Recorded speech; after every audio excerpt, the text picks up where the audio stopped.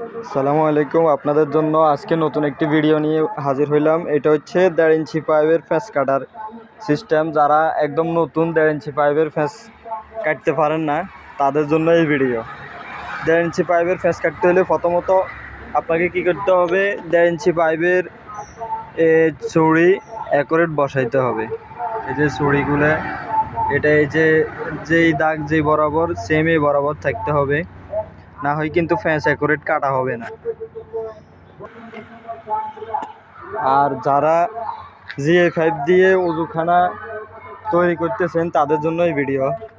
GA5 দিয়ে কখনো উজুখানা স্থাপন করবেন না, এটা বেশি দিন টিকে না। 4-5 বছর 6 বছর পরে এগুলা নষ্ট হয়ে যায়।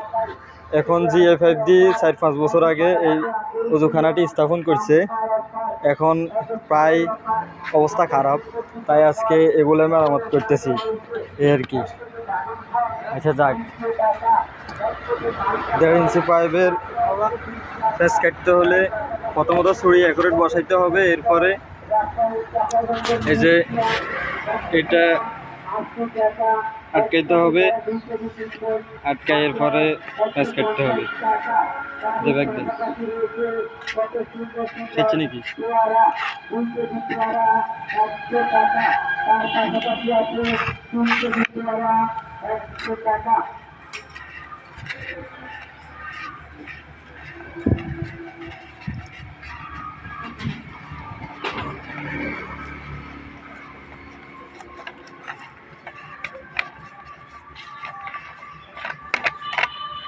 দেখেন বন্ধুরা, একদম ফ্রেশ ফ্যাঁস হয়েছে।